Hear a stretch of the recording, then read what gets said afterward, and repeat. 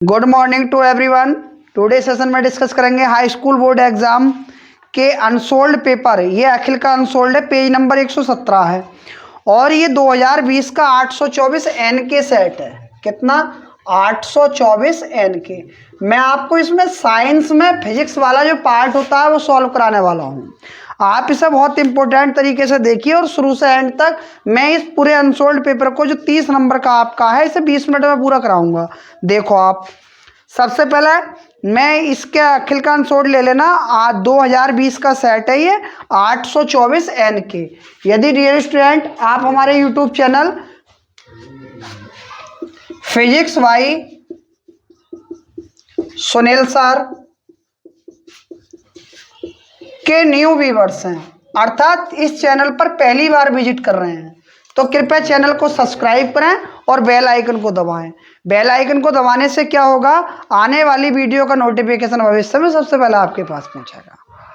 ठीक है, देखो सबसे पहली बात, 3 घंटे 15 मिनट का ये पेपर होता है। सबसे पहले हमें क्वेश्चन पेपर को बहुत धैर्य के साथ पढ़ना चाहिए और उसके बाद हमें ये देखना चाहिए कि इस क्वेश्चन पेपर में जिस सेक्शन यानी फिजिक्स का सॉल्व कर रहे हैं या केमिस्ट्री का या बायो का, कि हम फिजिक्स में पहले कौन से क्वेश्चन अच्छे से जानते हैं, पहले हमें वो क्वेश्चन लिखने चाहिए।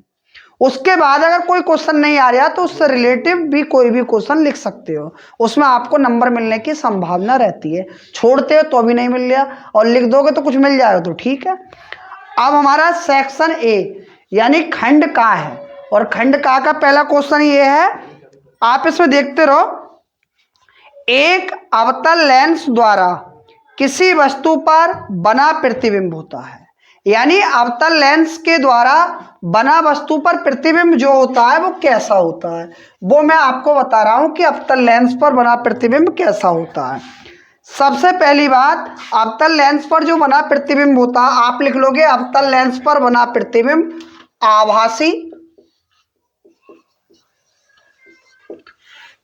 सीधा व छोटा होता है। ये लिख दोगे आप कि अवतल लेंस पर बना प्रतिबिंब आभासी, सीधा व छोटा होता है। ये है हमारा इसका आंसर। अब फिर है, दूरदृष्टि दोष के कारण वस्तु का प्रतिबिंब कहाँ बनता है। दूरदर्शी दोष के कारण वस्तु का प्रतिबिंब कहाँ बनता है, तो इसका एग्जैक्ट आंसर हो जाएगा रेटिना के पीछे। कहाँ बनता है? रेटिना के पीछे। उसके बाद में ये कह रहा है, दो चालक तार जिनके पदार्थ लंबाई व व्यास समान हैं किसी विद्युत परिपथ में पहले श्रेणी क्रम में जोड़े जाते हैं और फिर समांतर क्रम में जोड़ दिए जाते हैं। तो श्रेणी क्रम में और समांतर क्रम में इनकी ऊष्मा क्या होगी? जब प्रतिरोध को हम श्रेणी के मुकाबले समांतर में जोड़ेंगे तो रेजिस्टेंस कम आएगा। जब रेजिस्टेंस कम आएगा तो ऊष्मा का डायरेक्ट इफेक्ट होगा। क्या होगा? आपने पढ़ी है कि वैल्यू क्या होती है, H equal to I square R T होता है, तो वो हो जाएगा 1:4 यानी 1:4 हो जाएगा। फिर आगे हमारा, बिजली के बल्ब का तंतु किसका बना होता है, यानी बिजली के बल्ब का जो फिलामेंट होता है वो किसका बना होता है। तो बिजली के बल्ब का जो फिलामेंट होता है वो स्टूडेंट वो हमारा होता है टंगस्टन धातु का। किसका होता है? टंगस्टन धातु का। ये हमारे 4 विकल्प हो गए। बिल्कुल 4 सेकंड के 4 नंबर।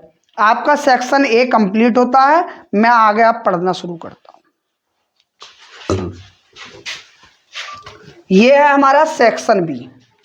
दिए गए चित्र में माध्यम ए के सापेक्ष v का अपवर्तनांक ज्ञात कीजिए।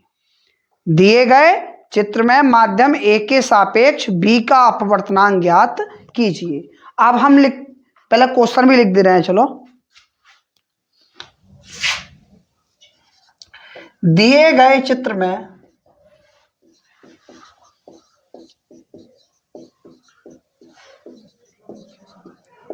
माध्यम ए के सापेक्ष माध्यम बी का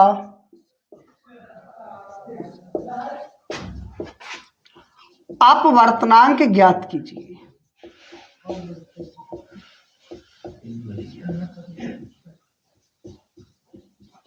यानी ए माध्यम के सापेक्ष हमें बी माध्यम का क्या ज्ञात करना है, अपवर्तनांक ज्ञात करना है।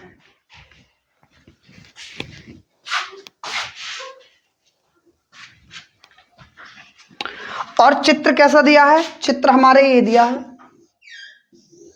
ये माध्यम 1 है यानी ए, और ये माध्यम बी है।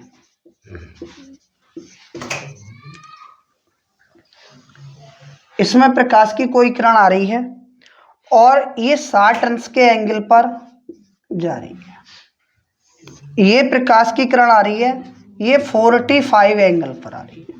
सबसे पहली बात तो हमें यहाँ आकर आई और आर की वैल्यू हमारे पास नहीं है, तो पहले आई और आर की वैल्यू हम यहाँ फाइंड आउट करेंगे।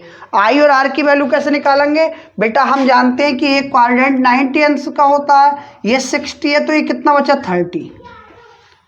आई की वैल्यू हो गई 30, आर की वैल्यू 45। आप जानते हो कि अपवर्तनांक क्या होता है, N equal to sine I upon sine R. Snell का नियम भी होता है और अपवर्तन का नियम भी होता है। साइन आई की जगह 630, साइन आर की जगह 45। एन बराबर साइन 30 की वैल्यू 1/2 और साइन 40 की वैल्यू 1/√3। अब इसे ऊपर वाली बटे तो हमारी ऐसी रहेगी, नीचे वाली बटे को हम पलट देंगे, तो ये आ जाएगा n इक्वल टू √2। अब ये √2, ये 2 है तो √ में 2 टाइम लिख देंगे इससे ये कैंसिल, तो n की वैल्यू आ गई 1/√2। ये इस माध्यम का अपवर्तनांक आ गया a के सापेक्ष b का।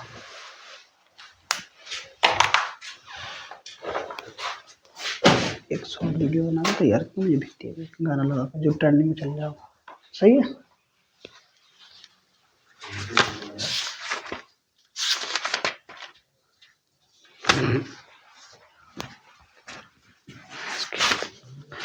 आगे क्वेश्चन है हमारा, दो निकट दृष्टि दोष किसे कहते हैं। तो ये आप लिख सकते हो, निकट दृष्टि दोष हम किसे कहते हैं। निकट दृष्टि दोष में क्या होता है, यानी वह दोष जिसके कारण वस्तु निकट की तो स्पष्ट दिखाई देती है परंतु दूर की वस्तु स्पष्ट नहीं दिखाई देती। या ऐसे कह सकते हैं, वह दोष जिसके कारण निकट की वस्तु स्पष्ट दिखाई देती है परंतु दूर की वस्तु स्पष्ट नहीं दिखाई देती, क्या कहलाती है, निकट दृष्टि दोष कहलाता है। और ये दोष जो होता है वो 10 से 16 वर्ष की आयु में दूर होता है, और इसको दूर करने के लिए कौन सा लेंस लगाते हैं, अवतल लेंस का उपयोग करते हैं। जो चश्मा बनाया जाता है वो अवतल लेंस का बनाया जाता है।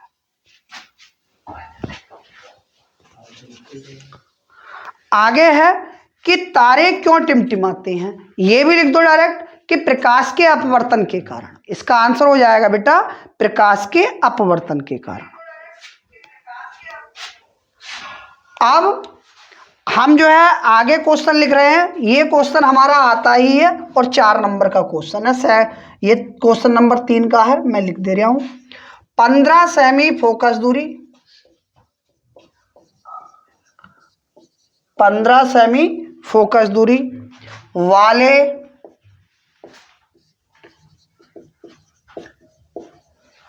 अवतल दर्पण के सामने 30 सेमी की दूरी पर 2 सेमी लंबी वस्तु रखी है।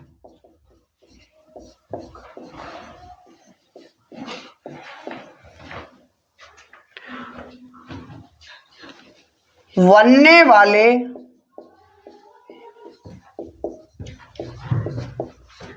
प्रतिबिंब की स्थिति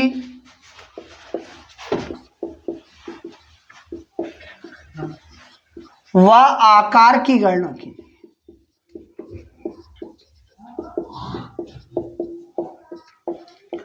इसमें का हमारा एक क्वेश्चन बनने के चांसेस बहुत ज्यादा रहते हैं। यानी कोई अवतल दर्पण है। सबसे पहली बात हमें इसमें ये ध्यान रखना होता है कि दर्पण है या लेंस है। दर्पण में जो होता है वो पॉजिटिव यानी प्लस का चिन्ह आता है और लेंस के लिए माइनस का आता है। अब अवतल दर्पण है तो फोकस दूरी भी हमारी -15 सेमी और वस्तु की दूरी भी हमारी कितनी 30 सेमी निगेटिव और वस्तु की दूरी जो दी है वो 2 सेमी। अब हमें यहां से पहले बी का मान निकालना है, फिर यू का मान निकालना है। 1/f बराबर 1/v प्लस के 1/u।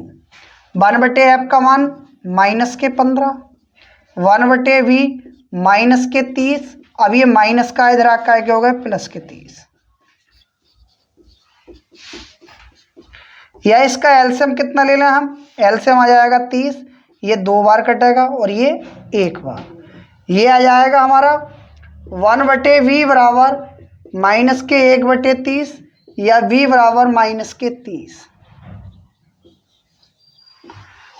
ये तो प्रतिबिंब की दूरी आ गई हमारी। हमने पढ़ा है m बराबर I/o, m बराबर -v/u। समीकरण 1 समीकरण 2 यहाँ लिखेंगे। समीकरण 1/2 से 1/2 से क्या आ जाएगा I/o बराबर -v/u। I का मान तो हमें निकालना है, O का मान कितना दिया है 2, V का मान हमारा कितना है -30 और U का मान -30 और एक माइनस चिन्ह का चित्र का उस फॉर्मूले का। कुल मिला के I/2 बराबर -1 बटे में 1 करके क्रॉस मल्टीप्लाई, ये आगे -2। अब I की डिस्टेंस -2 आई, लेकिन प्रतिबिंब जो बनेगा वो कहाँ बनेगा नीचे की ओर बन जाएगा। ये बहुत ही अच्छा सवाल है। इस जैसे सवाल आने के चांसेस हमारे बहुत ज्यादा रहते हैं।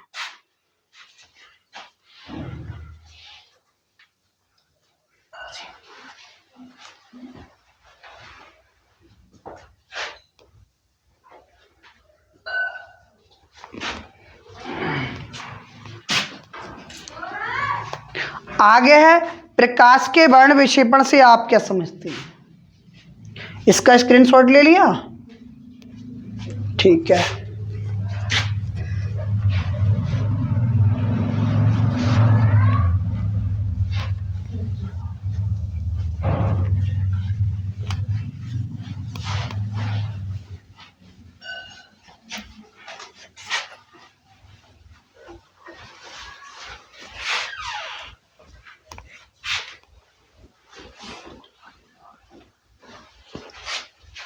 यहाँ लिख दो प्रकाश का वर्ण विक्षेपण।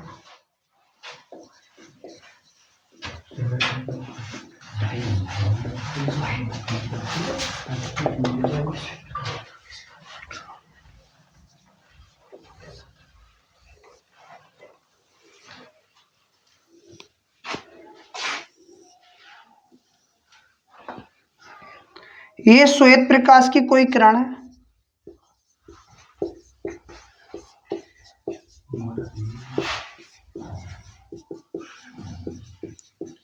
कांच के प्रिज्म पर टकराई और टकराने के बाद ये 7 रंगों में टूट गई।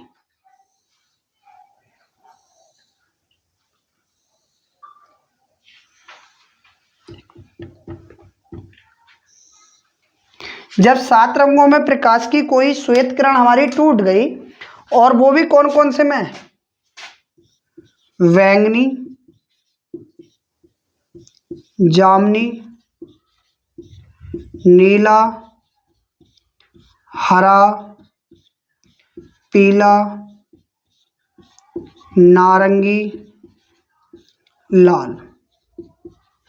क्या हो जाएगा कि जब श्वेत प्रकाश की कोई किरण, जब श्वेत प्रकाश की कोई किरण किसी कांच के प्रिज्म से गुजरती है, जब श्वेत प्रकाश की कोई किरण किसी कांच के प्रिज्म से गुजरती है, तो वह श्वेत प्रकाश की किरण 7 रंगों में विभक्त हो जाती है। तो वह श्वेत प्रकाश की किरण कितने रंगों में विभक्त हो जाती है, 7 रंगों में विभक्त हो जाती है। इस घटना को प्रकाश का वर्ण विक्षेपण कहते हैं। क्या हो गया कि जब श्वेत प्रकाश की कोई किरण किसी कांच के प्रिज्म से गुजरती है तो वह श्वेत प्रकाश की किरण 7 रंगों में विभक्त हो जाती है। इस घटना को प्रकाश का वर्ण विक्षेपण कहते हैं। ठीक है, आप इसे नोट करो और नोट कर भी लिया होगा। I hope. मैं इसे मिटा देता हूं।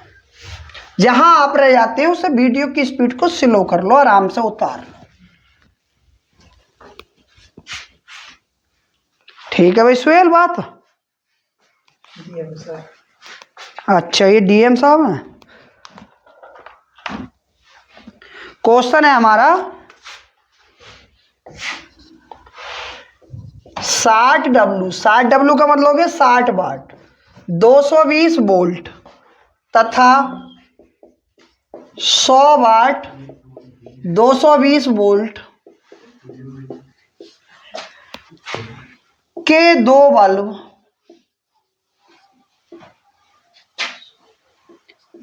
दो बल्बों में प्रवाहित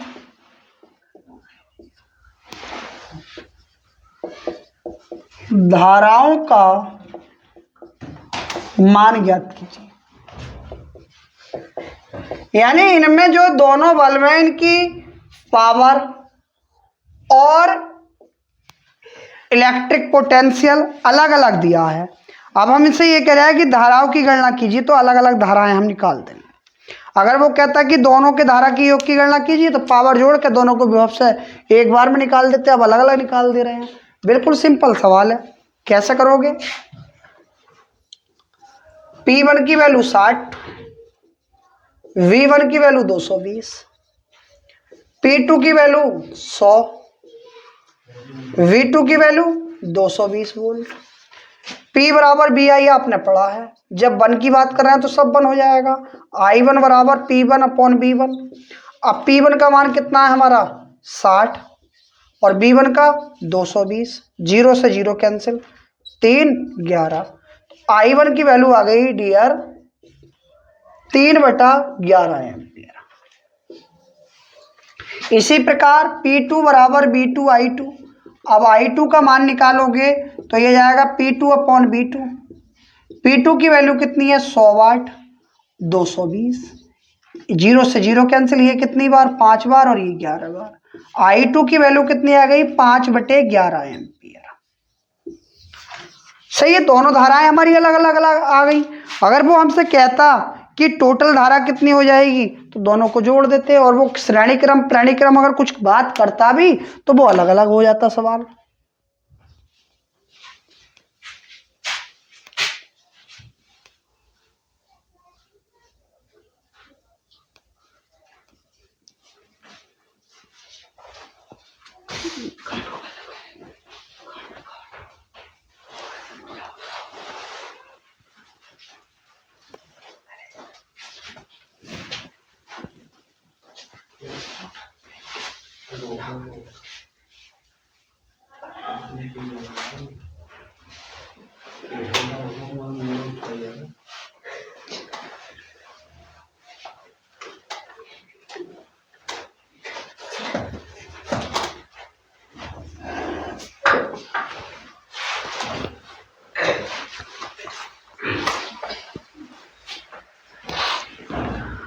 आगे है तुम्हारा क्वेश्चन, विद्युत चुंबकीय प्रेरण संबंधी नियम लिखिए।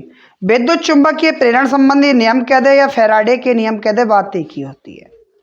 तो विद्युत चुंबकीय प्रेरण संबंधी फैराडे के नियम जो होते हैं 2 नियम होते हैं।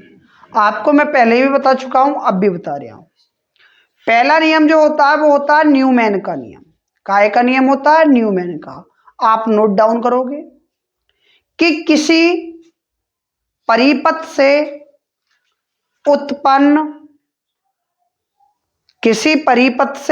उत्पन्न प्रेरित विद्युत वाहक बल चुंबकीय फ्लक्स की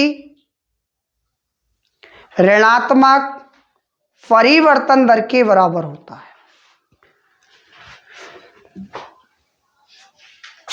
सही है, ये हो गया हमारा न्यूमैन का नियम, यानी किसी भी परिपथ में उत्पन्न प्रेरित विद्युत वाहक बल चुंबकीय फ्लक्स की ऋणात्मक परिवर्तन दर के बराबर होता है। अगर बात करें हम लेंज के नियम की, तो लेंज का नियम होता है हमारा किसी परिपथ में उत्पन्न प्रेरित विद्युत वाहक बल, किसी परिपथ में उत्पन्न प्रेरित विद्युत वाहक बल अथवा प्रेरित धारा हमेशा उस कारण का विरोध करती है जिससे वह स्वयं उत्पन्न होती है। हमेशा किस कारण का विरोध करती है? जिससे वह स्वयं उत्पन्न होती है। और एक सवाल और रह गया है, देखो ये 30 नंबर का हमारा हाई स्कूल का पेपर विदिन यानी 20 सेकंड के अंदर ही खत्म हो जाएगा।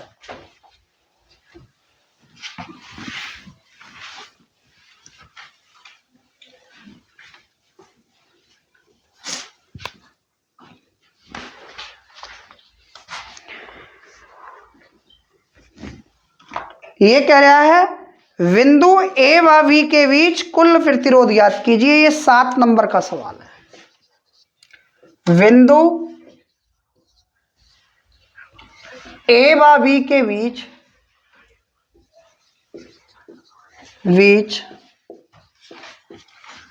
कुल प्रतिरोध ज्ञात कीजिए।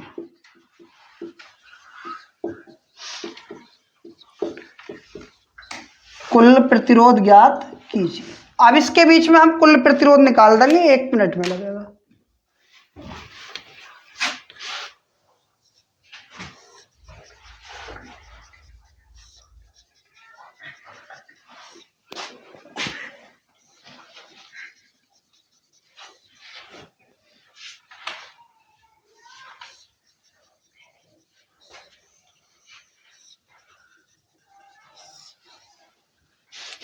ये हमारा 2 ओम है, ये 3.5 है, ये 2 ओम है, ये 6 ओम है, ये भी 6 ओम है। इसे बेटा हम R1 मान लें, इसे R2, इसे R3। जब हमने R1, R2, R3 मान लिए तो हमने क्या पाया कि R1, R2 और R3 कैसे क्रम में है? समांतर क्रम में है। इसका सॉल्यूशन करते पे लिख दोगे R1, R2 तथा R3 समांतर क्रम में है, तब समांतर क्रम में क्या हो जाएगा? 1/R बराबर 1/R1 plus 1/R2 plus 1/R3 या 1/2 प्लस के 1/6 प्लस 1/6।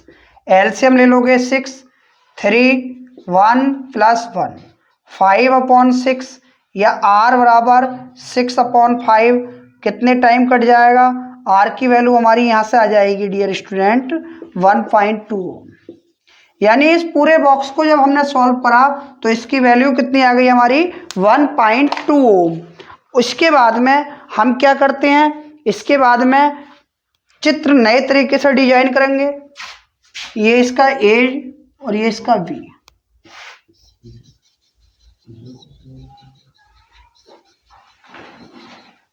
वन 1.2, 3.5, 2 इसे R1 मानोगे, इसे R2, इसे R3। उसके बाद में ये हो जाएगा R बराबर R1 plus R2 plus R3, 2 plus 3.5 plus 1.2, ये हो जाएगा 6.7 ओम। और ये हमारा पूरा हाई स्कूल का फिजिक्स का अनसोल्ड पेपर आप देख रहे होंगे कि 20 से 18 या 19 मिनट में ये खत्म हो गया। टाइम को मेंशन करते हुए आपका ये सेट कराया है। फिर आपसे पुनः कहा जा रहा है, यदि आप हमारे YouTube चैनल पर पहली बार हैं तो वीडियो को लाइक करें, चैनल को सब्सक्राइब करें और मित्रों के साथ शेयर करें। Thanks for watch video.